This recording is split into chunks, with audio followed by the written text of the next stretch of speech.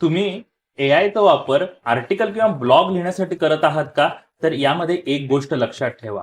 जे article chat GPT किंवा इतर कुठलंही एआय बनवतं हे जसंच्या तसं वापरू नका. कारण सर्च इंजिन्स किंवा सोशल मीडिया चॅनेल्स जी आहेत जिथं आपण हे कंटेंट टाकतो ते एआय डिटेक्ट करू शकतं.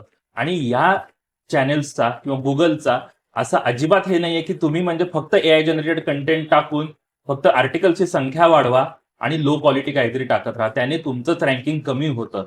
त्यामुळे जसाचा तसा एआय जनरेटेड कंटेंट वापरू नका. तो एडिट करा. त्यात तुम्ही तुमचा पर्सनल एक्सपिरियन्स टाका. प्रॉपरली सगळं लिहिलेलं गेलं आहे का नाही ते चेक करा. फॅक्ट्स चेक करा आणि मगच ते आर्टिकल किंवा ब्लॉग तुम्ही पब्लिश करा. म्हणजे तुम्हाला एआयचा वापर जास्तीत जास्त कंटेंट रायटिंगसाठी करता येईल. नाहीतर नुसतंच कॉपी पेस्ट केलं तर तुमचं रँकिंग सगळीकडनंच नक्कीच ढासळेल. मित्रांनो, ही तर एआयची सुरुवात आहे. तुम्हाला अजून एआय टूल्स आणि एआय इफेक्टिव्हली कसं वापरायचं हे जर शिकायचं असेल, तर आपल्या वर्कशॉपला तुम्ही जरूर या. वर्कशॉपचे डिटेल्स क्यूआर कोड स्कॅन करून मिळतील किंवा बायो मधल्या आणि कॅप्शन मधल्या लिंकला क्लिक करून सुद्धा तुम्हाला डिटेल्स मिळतील.